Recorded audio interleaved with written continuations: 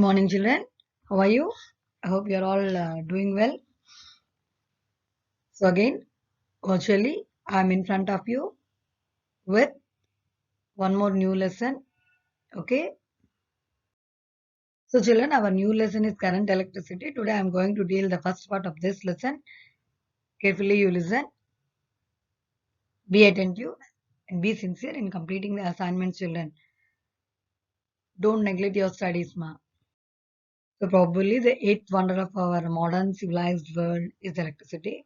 Its discovery and utility has changed each and everyone's lives around the world. Life today is totally dependent on electricity. Okay, and you have you are using many devices as we start our day to the night.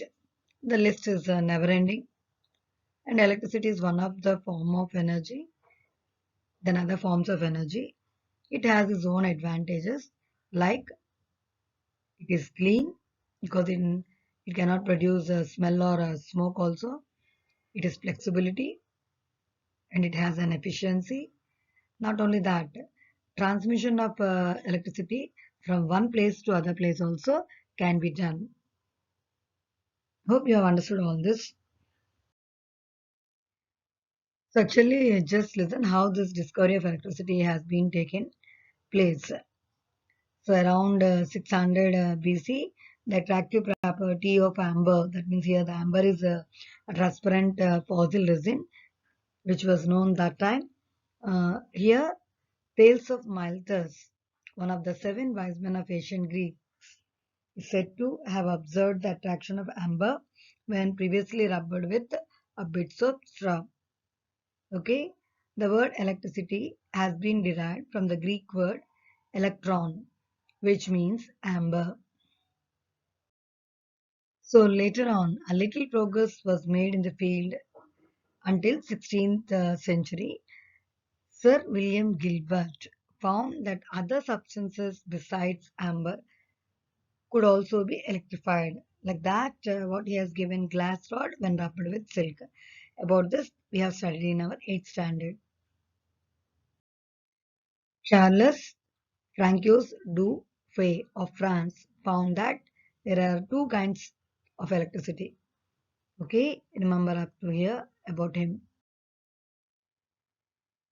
So coming to Benjamin Franklin, he gave the name of the positive electricity to the charge on the glass rod rubbed with silk and negative electricity to the charge on the ebonite rod rubbed with fur. These topics we have dealt in our 8th standard. I hope you have remembered. So children, you have to know what is the electric charge. Charge is one type of matter or it is a fundamental property of matter. And I hope you know the atomic structure of an atom. In that we find protons as well as electrons. Protons comes under positive charge whereas electrons comes under negative charge. If a body gets positively charged, that means if it loses electrons. If a body becomes a negatively charged means if it gains electrons. So coming to the properties of electric charge, just listen children one after the other. So when you go, unlike charges attract each other and like charges repel each other. Here, unlike charges mean the charges which are opposite, like positive and negative. Like charges means maybe two charges are positive, maybe two charges are negative. When you go to the next one, electric charge is conserved. That means here it is neither created nor destroyed. When you go with electric charge is additive, that means the total charge is the algebraic sum of individual charges. If you go with like a Q, like Q1, Q2, Q3, so Q capital Q will be Q1 plus Q2 plus Q3, so on. Next, electric charge is quantized. Here, if you see, Q is equal to NE, where N is equal to plus or minus 1, maybe positive or negative charges. So I am telling plus or minus 1, plus or minus 2, and so on. Okay. And the charge of an electron is represented as 1.6 into 10 power minus 19 coulomb.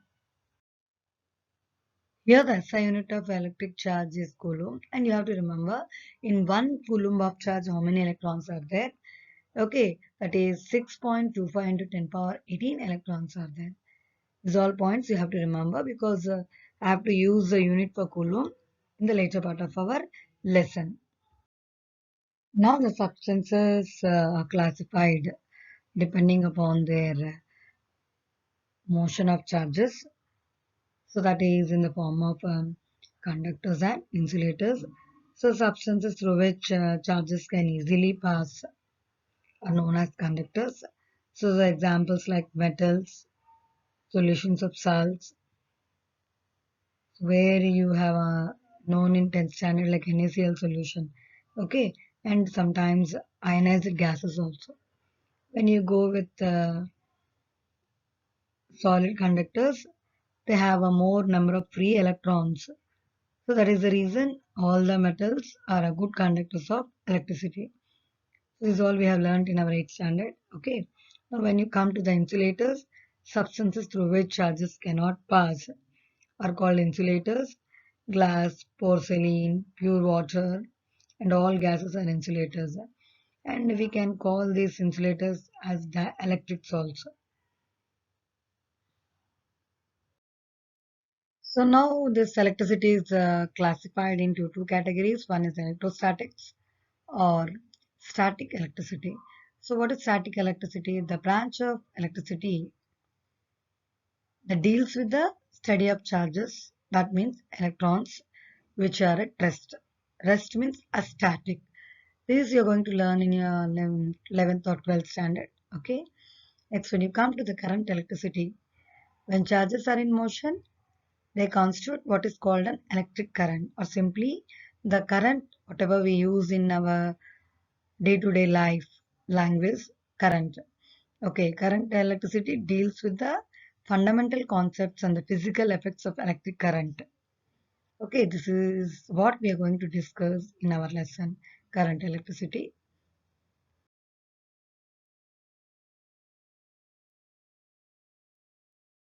So now we have to discuss an activity.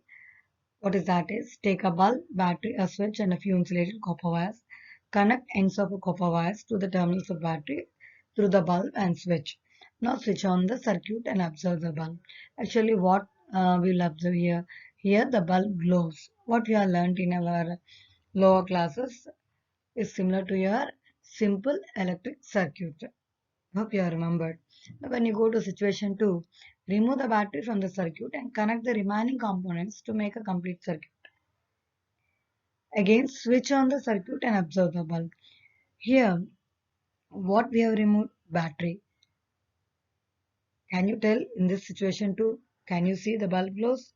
Your answer is no, because the bulb will not glow in this situation because in this circuit we don't find any battery, as a battery is the source for the bulb.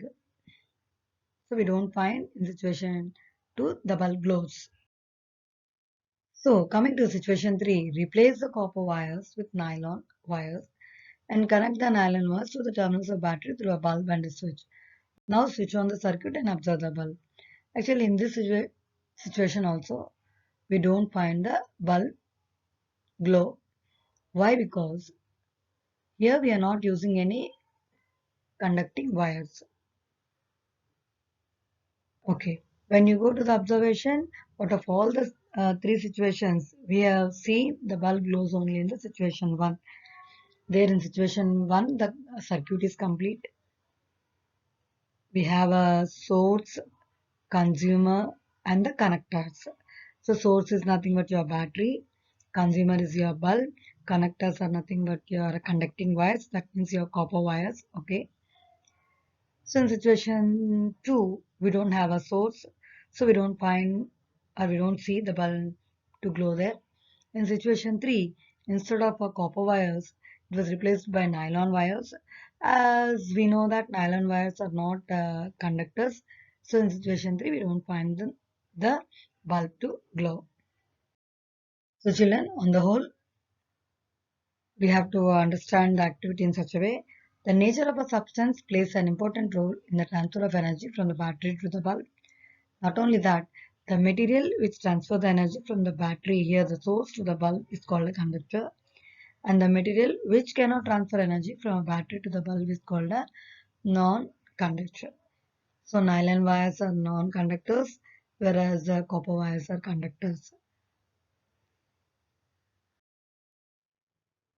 So children, to know about electric current, we have to understand something. Here, Drude and Lorentz, who proposed that conductors, like metals, contain a large number of free electrons. Okay, while the positive ions are fixed in their locations. And one more thing you have to remember, that the arrangement of positive ions is called lattice. So children, this is the arrangement of lattice. Already I told the arrangement of positive ions is called lattice. Imagine these are called positive ions. Okay. Now when you come to here, this is a ruled arrangement of electrons. Actually, so this is called an arrangement of electrons which is given by the Drude. So the structure will be like this in a metallic conductor. Children, imagine you have taken a conductor. Conductor is nothing but your wire, and that is in an open circuit. The electrons move in a different direction, what you are observing here. Okay, when the electrons are in a random motion, they move or they can move in any direction. Here you can observe, see this electron is moving like this and these electrons in. So whatever, whichever electron you are finding in this conductor length, you can see the various positions or various directions of each electrons. Okay, if you imagine any cross section, so this is your cross section, just imagine this is your cross section.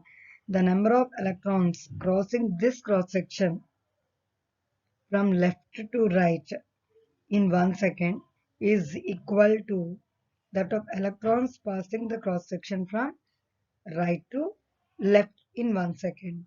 So it means the net charge moving along a conductor, this conductor, through any cross section is zero when this conductor is in an open circuit. That means only the wires are kept without any connected with the source like battery.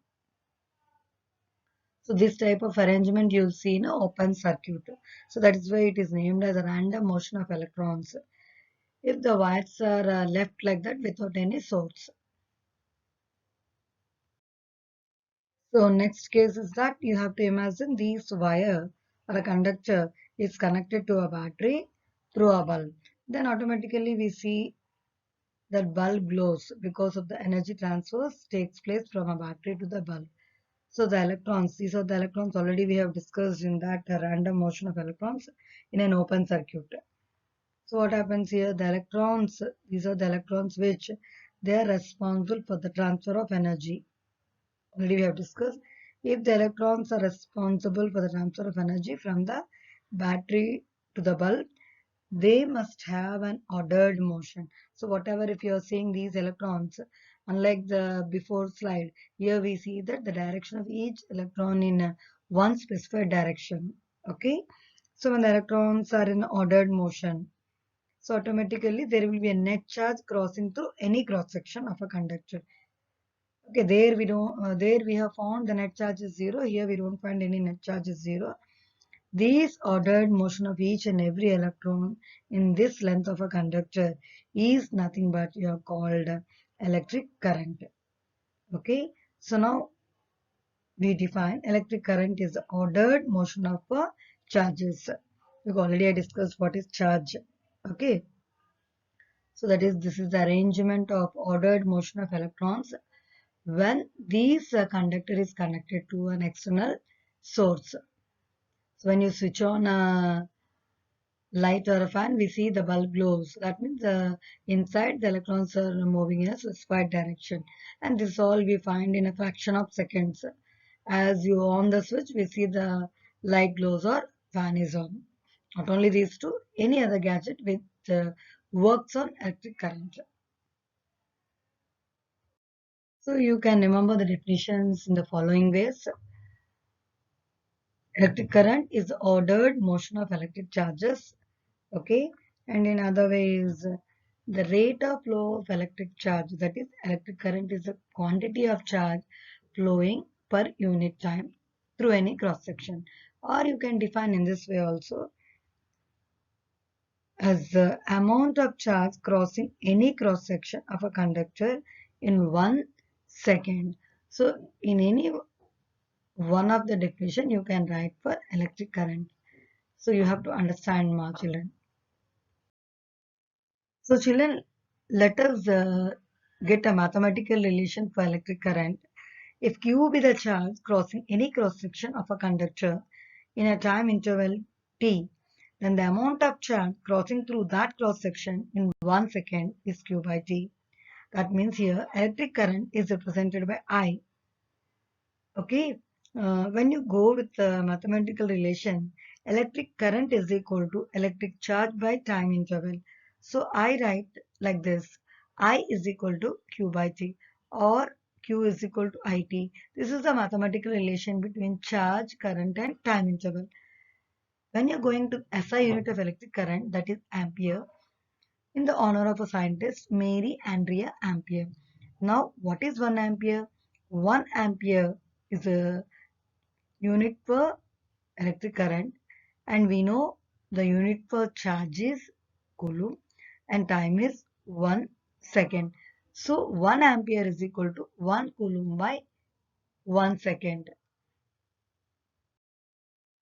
So children, listen here to understand what is 1 ampere. Already I have told that 1 ampere is equal to 1 coulomb by 1 second. So that is a mathematical relation. Here theoretically we have to define what is 1 ampere. The current flowing through a conductor is said to be 1 ampere if 1 coulomb of a charge flows through any cross section or through a conductor in 1 second. Okay. Now I have to define what is 1 coulomb. A definition. 1 coulomb of a charge is that quantity of a charge which flows through the circuit when 1 ampere of current flows through it in 1 second. So this is the definition for 1 coulomb. Okay. Next, you have to remember the direction of electric current in the circuit. The conventional direction of electric current is from the positive terminal of a cell. Here, a cell means a battery, to the negative terminal through the outer circuit. This point you have to remember, children. So children, with this I'll conclude today's lesson. So today we have learned the basics about electricity, and we have studied what is electric current. So I'll meet you in the next online video class. Be responsible to complete the assignment.